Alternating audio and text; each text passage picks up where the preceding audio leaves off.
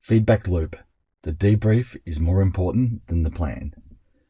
When feedback is life or death. I heard a great story the other day about fighter pilots, and it really resonated with me around the importance of great feedback. And you can imagine flying a $50 million jet into a war zone, you'd want to make sure that you've got everything planned right and you have a real strategy on execution. When you get back, they talked about the debrief and the importance of a great debrief, because feedback is so critical to your development, and too many people avoid getting great feedback. So for a fighter pilot, obviously getting feedback on what worked, what didn't, and what they could do better is critical to making sure the next mission is successful. So feedback in your world may not be life or death, but when you think about it, it is critical to your development. Importance of great feedback is why we've put this video together, and it's to understand what elements are involved in great feedback. The 7 criteria for great feedback are: the feedback provider must be credible in the eyes of the recipient. The feedback provider is trusted by the feedback recipient. The feedback is conveyed with good intentions, and I love that criteria. You need to have positive intentions when you're going in to give great feedback. Timing and circumstances, really critical to make sure that you give the appropriate feedback in the appropriate time, and there's always different feedback scenarios. The feedback is given in an ineffective manner, so you've got to understand when it's not right. Feedback message is clear. The feedback is helpful to the recipient. So make sure you've got your intentions right and think about the 7 criteria before you give feedback. Here's a formula that I've always used, and I think it's really helpful. Just 5 steps in providing great feedback. 1, describe the behavior. 2, describe your reaction. 3, explain why you feel this way. 4, if possible, show you understand what's behind the behavior. And 5, suggest the different ways of behaving.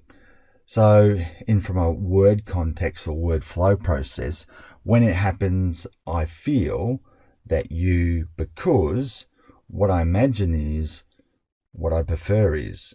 So just, when you put in the components that are related to the feedback you're giving, it just flows nice and easy. So it's just to have a strategy on the feedback when you're sitting down with someone to give it.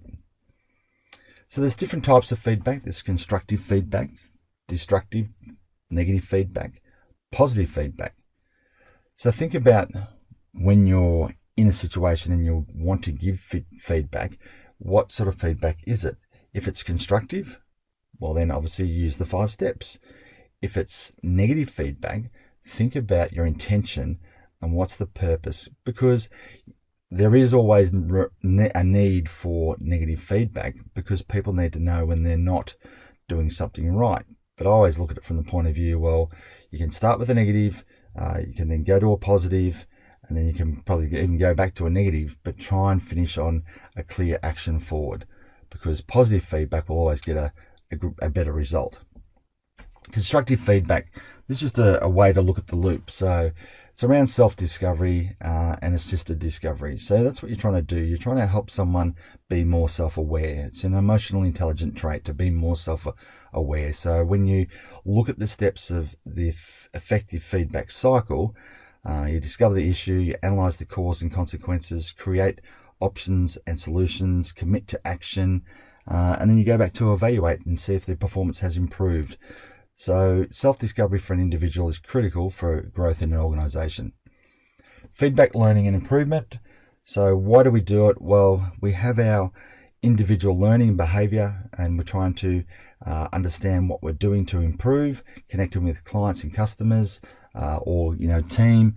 And in that team environment, we're always looking to solve problems. So feedback is a great part of that, because if you want to have great learning and growth to improve your team to the outer world, you need to understand what the cause of those feedback issues may be. So it's providing that safe environment, which is the key message.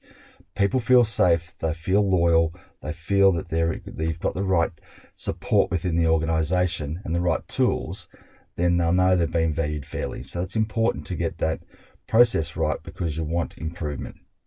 Feedback, goal, action, result. So I like the simple process of this.